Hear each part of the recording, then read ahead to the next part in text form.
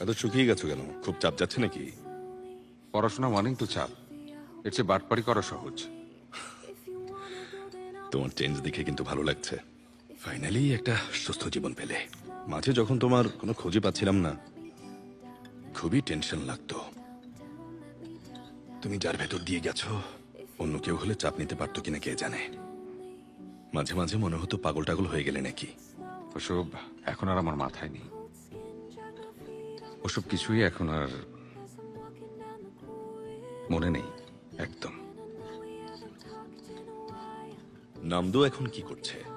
এসো সবাই মিলে মিশে সমাজটাকে গড়ি।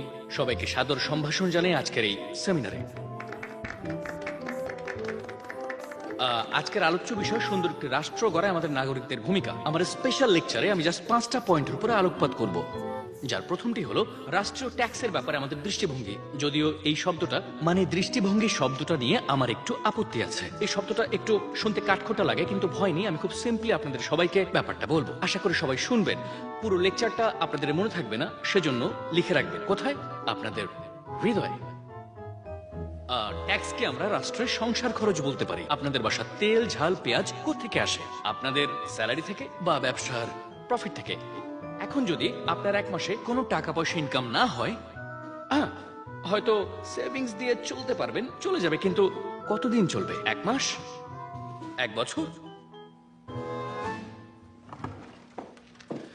আরে কিরে, আমাকে ছাড়াই শুরু হয়ে গেছে। আমার জন্য একটা চিকেন স্যুপ। এই তলে তলে আবার বাটপাটি করছো না তো শোনা? আরে ধুর, পাগলে কামড়ায় নাকি? পরে ওর হাতে ধরা পড়ে গেলে আবার আরেক বিপদ হবে। তবে হাতের চেয়ে মুখ চালানোটা একটু বেশি কঠিন। মজার কথা কি জানেন? ওর মুখে সিভিল সার্ভিসের কথা শুনে আমি না চাপাবাজি ভেবেছিলাম, কিন্তু পরে দেখি কি এই বান্দা সোজা ল স্কুলে ভর্তি হয়ে গেছে। সঙ্গদোষে লোহা বাইশে ওঠে, কথাটা কিন্তু সত্য। তোমার কি খবর মিস্টার কোচি থেও? তুমি কি ভালো লাইনে এসছো নাকি? আরে আপনাকে আমি কতবার বলবো, থেও একজন প্রফেশনাল হ্যাকার। এই যে আবার শুরু হয়েছে না? বাইরে এবার নিজেকে একটু কন্ট্রোল করতে শেখ। আরে পকেট চেক করে দেখুন সব ঠিক আছে কিনা।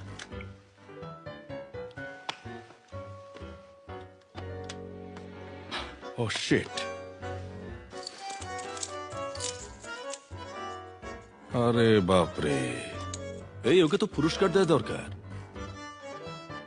সুজং, আরে আমি ঘুমাচ্ছ? সে কি, এখনো জেগে আছো? অফিসের কাজ। আচ্ছা রাখি। যাবেন না? যাব না কেন? আজ কেউই বাসায় যেতে পারবে না। আরে তুমি এটা কি করছো শোনা? আরে সকালে তোমার অফিস আছে, ছড়ো না। আর দূর, বাদ দাও, আজ কেউ বাসায় যেতে পারবে না। সাদারে ধরছে। ঘুমাচ্ছ? হাজবেন্ড পাশে মানে? বিয়ে করে ফেলেছো? ও, আমি জানতাম না। ওহো, না না, সত্যি জানতাম না। এই এর আবার কি হলো? আরে এই বেটা, এই তোর আবার কি হলো রে? মিস করছে। কাকে? মনে পড়ছে। আরে মেয়েদের মতো ফ্যাচ ফ্যাচে স্বভাব হয়েছে। আর বলবেন না স্যার, আমার যে কি বিরক্ত লাগে না। আগে ড্রিঙ্কস করে সবাইকে আটকে রাখতো, মানা যেত, কিন্তু এখন কান্নাকাটি করে একেবারে মাখিয়ে ফেলে। সমস্যাটা কি তোর? তোর এই মেয়েলি স্বভাবটা না একদম নিতে পারছি না। ওকে খুব মিস করছি। আরে ধ্যাত তেরি, কাকে বল না, নামটা বল, তুলে নিয়ে আসি। তারপরে তোর পায়ে ধরে ভাই, ঢং টং প্লিজ বাদ দে না ভাই।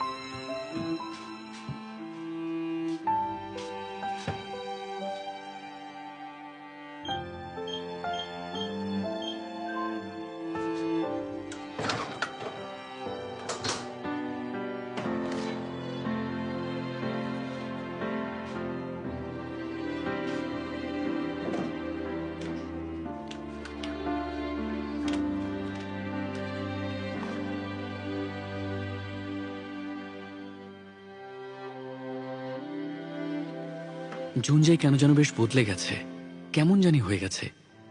সারাদিন ওই এক রুমে ঘন্টার পর ঘন্টা বসে থাকে।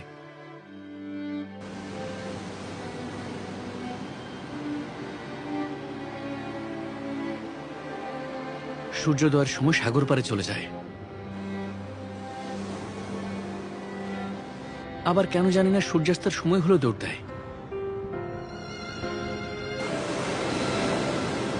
কিন্তু ওকে যদি বলি কারণটা কি, এসব কেন করিস তুই, বলে আমিও জানি না।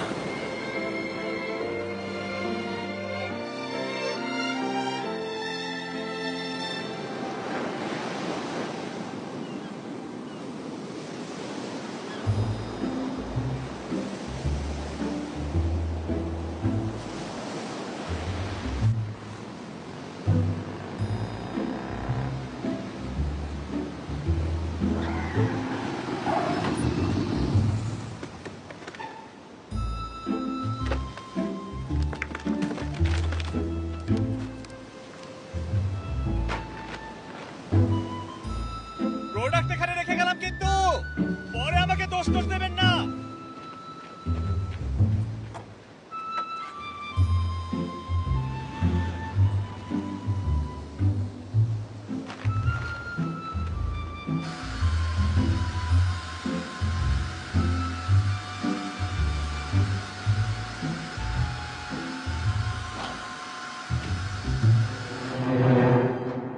আমার একটু সময় লাগবে। আপনি যেতে পারেন। হ্যাঁ,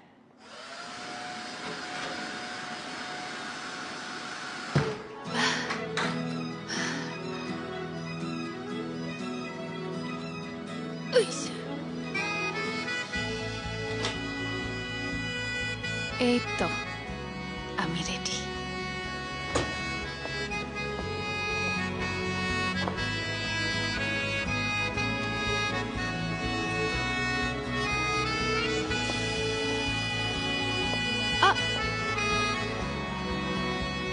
বাস পেয়েছি।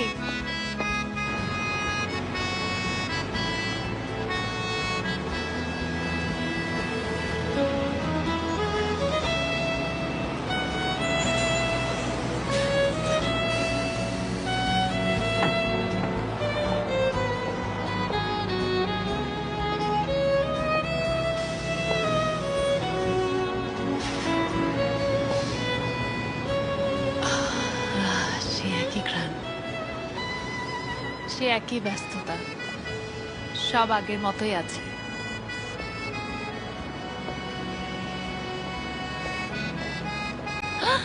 ওমা, বিল্ডিংটা কমপ্লিট হয়ে গেছে। খুব সুন্দর লাগছে। আচ্ছা, ভালো কথা, সে জুয়েলারি শপটা কোথাও দেখতে পাচ্ছি না যে। ভালো থাকবেন।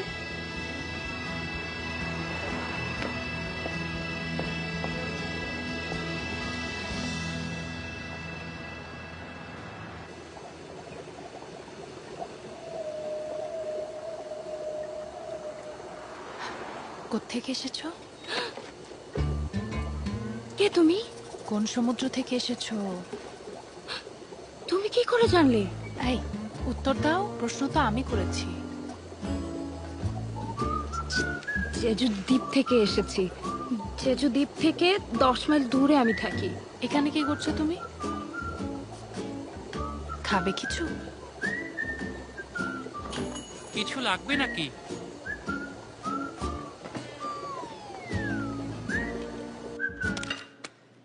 এই, ছাড়ো ছাড়ো ছাড়ো ছাড়ো ছাড়ো। এভাবে যদি খেতে থাকো, সবাই ভাববে তুমি একটা পাগল। আমি দেখাচ্ছি।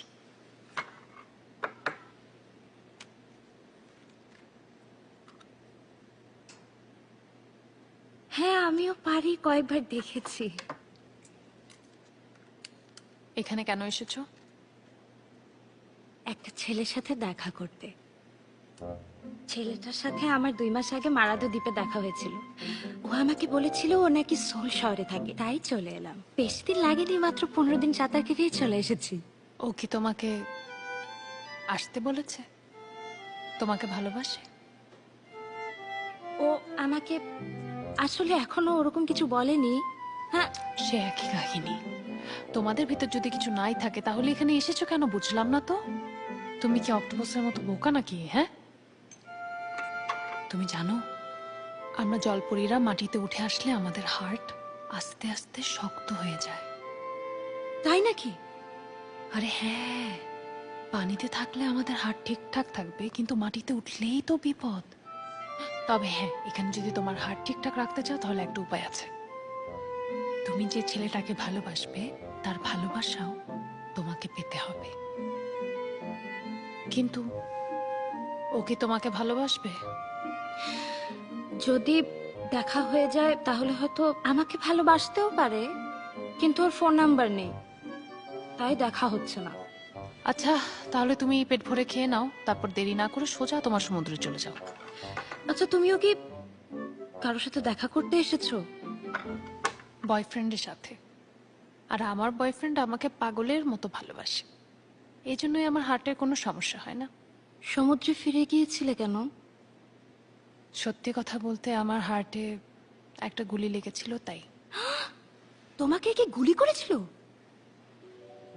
গুলি লাগার পর বুঝতে পেরেছি হাঙরা ডলফিন কত কষ্ট পেয়ে মারা যায়। এত কষ্ট যেন কেউ না পায়। তুমি জানো, সুস্থ হওয়ার জন্য আমাকে এই কটা বছর কি সব অখাদ্য খেতে হয়েছে প্রতিদিন। বাবারে বাবা, একদম মনে করতে চাচ্ছি না। আচ্ছা, কিন্তু তোমার গুলি লাগলো কি করে? আমার বয়ফ্রেন্ডকে বাঁচাতে গিয়ে।